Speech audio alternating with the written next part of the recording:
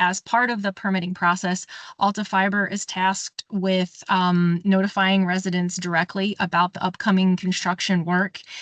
So at a minimum, they are sending out mailers and hand delivering door hangers to each residence ahead of construction. And we worked with them to make them co-branded.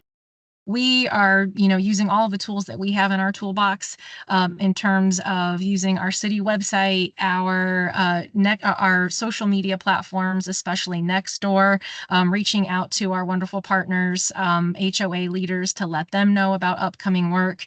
We've had a number of HOA meetings where we've discussed this, state of the city, touch points like that.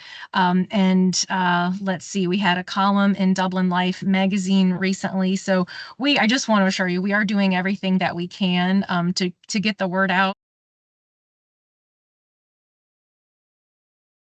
But OOPS, which stands for Ohio Utility Protection Services, is a notification system. So they don't actually physically do the locates, which UtiliQuest will talk about in a moment, but that's the 811. That's where you call in and request a locate and give a location. They then issue a ticket, and then broadcast that request. So we in the city of Dublin get those requests from OOPS for our water, sanitary sewer, and storm sewer system that then causes us, which is our contractor USIC, to go out and locate our infrastructure in that area where the locate's been requested. So, and then that's what triggers UtiliQuest. And with that, I'll hand it over to them to talk about their response to that OOPS ticket. We're dispatching that work out to our team in the field, which in the Dublin area, plus the people we bring in, is quite strong.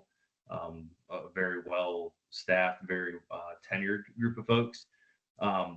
At that point, they're receiving those tickets. They are going out in the field and then connecting to meters, gate valves, line marker posts. Wherever a wire is available, we're making a connection and using a multi-frequency locating equipment to tone out that line. In many instances, depending on years of service and that sort of thing, as Lori had mentioned, it can be quite challenging to put that locate together. And that's where we utilize Columbia Gas and some of their expertise to help us dive into those more complex situations and ultimately do our best to put accurate paint on the ground. If there is a concern or a question of inaccuracy, that's when we send, typically for us, one of our senior locators or master locators and or a supervisor who's leading that staff back out to the site to help readdress any other additional concerns. So it could be the city of Dublin, it could be a resident, it could be Alta Fiber or one of their subcontractors. If somebody's seeing something, you can get to us through Columbia. Lori specifically is a great asset, and then obviously through the 811 notification system, and then specifically with Alta, I mean, we're working with them daily. So if they're seeing something, they're able to let us know as well, so that way we can address it for them in a timely manner. From a life cycle perspective, it's on the excavator to maintain the marks, meaning that the marks are kept fresh. If they call in a remark, then obviously it would be UtiliQuest responsibility or the facility owner's contractor to go out and remark those facilities. But in the state of Ohio, a ticket has essentially an unlimited life cycle. So if that ticket's being actively worked, it doesn't necessarily expire. Okay. As long as the contractor who's working it is the contractor still doing the work. The number of utilities, the sheer number of utilities that these folks are encountering on this project is huge. So it's minimal what they have had in damages, at least on our gas side. I don't know about any of the other things, but I think they've done a really good job. So yes, service lines, if there is a curb valve and it's hit between the meter and the curb valve, pretty easy fix. If our service techs can get to it and shut that down, it can be shut down in a relatively quick amount of time. Main lines are a little different because, as you know, main lines are feeding multiple residences in a community, and it's not just something that we can go shut a valve off, because that facility may feed 400 to 500 customers. So sometimes the reaction is a little slower. It's perceived to be a little slower on mainline damages to the customers, but we have to go through engineering processes to find, what all that main services, what is going to be our best way to shut that facility down safely for the community and for our crews as well, and to minimize the effect on more customers. I mean, if we have a small outage, if we have to squeeze off a main, we might have 6 customers out versus trying to shut a valve down where we may have 600 customers out. And with gas, it's not as simple as you would think about water or electric. If you have your water shut off, they just come in and turn it on. For us, we have to go by every single customer, shut their meter down, shut their curb valve down. And then when the gas gets restored, we have to visit every single house and test all of the appliances that have gas. So it is a lengthy, long process if we have a large outage. So that's why you might see sometimes if there is a mainline damage, we've got a lot of moving parts. You know, we're not just standing around letting gas blow. We've got a lot of moving parts to make those decisions on what is going to be the best way to shut that gas down. We've certainly got personnel there to make sure that everything is safe. You know, the gas is dissipating up into the air, that's the safest place for it.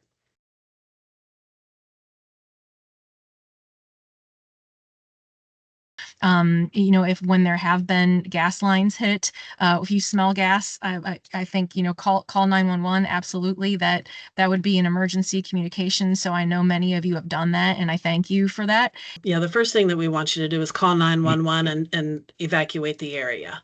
You know, don't use anything that might create a spark, and that could be something as simple as a cell phone, a doorbell, a light switch. Any of that kind of stuff does put off enough electricity that if the gas is in the right flammable mixture, it could ignite. So we just want you to leave the house, you know, best to call 911 away from the facility or away from the structure if you're inside.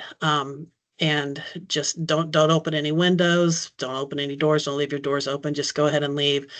The emergency folks will get there. That number, you know, always call the 911 first, but then you can also use our 800 number that will notify Columbia Gas and get our folks rolling on the way too.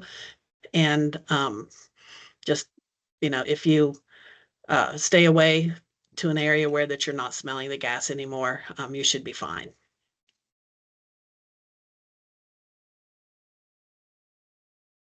But the number, if you are ready for that, is 614-859-6723. And when you call that, press 1 for construction.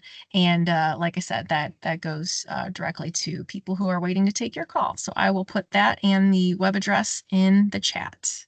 The line is staffed on normal business hours. It's not intended for emergencies. It's not intended for anything like some of the instances that happen.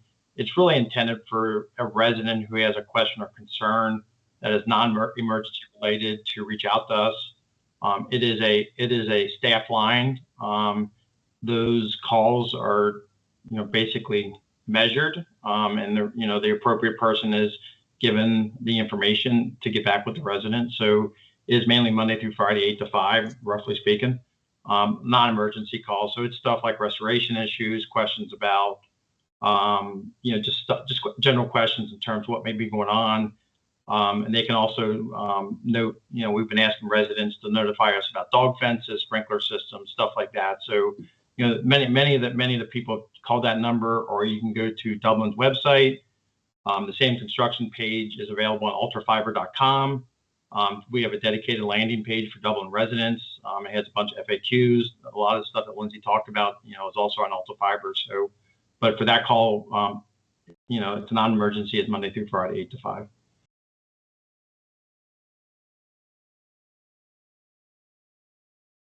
Restoration, we realize, is a paramount issue. We talked about that early on with Ultrafiber, that after the installation itself, that right behind that should be restoration, which typically is going to be topsoil, raked out on the damaged areas, seed, fertilized, straw to get turf restored back in the areas. And if there's any pavement or anything that they would damage, they would have to repair those as well. We've had a couple of occurrences where the pavement has gotten heaved up, and they will also have to correct that and repair that pavement. We will do the restoration. All of that will take place once we finish the project, which we're anticipating around mid-September to be completely finished. They're doing restoration as they go. However, we will come back at that final stages once we've gone in and done the placing of the cable and the splicing. We will do another final restoration and hit spots that haven't taken. Obviously, the way the weather has been, that's been a challenge for us. We will come back and make sure all those areas are addressed again.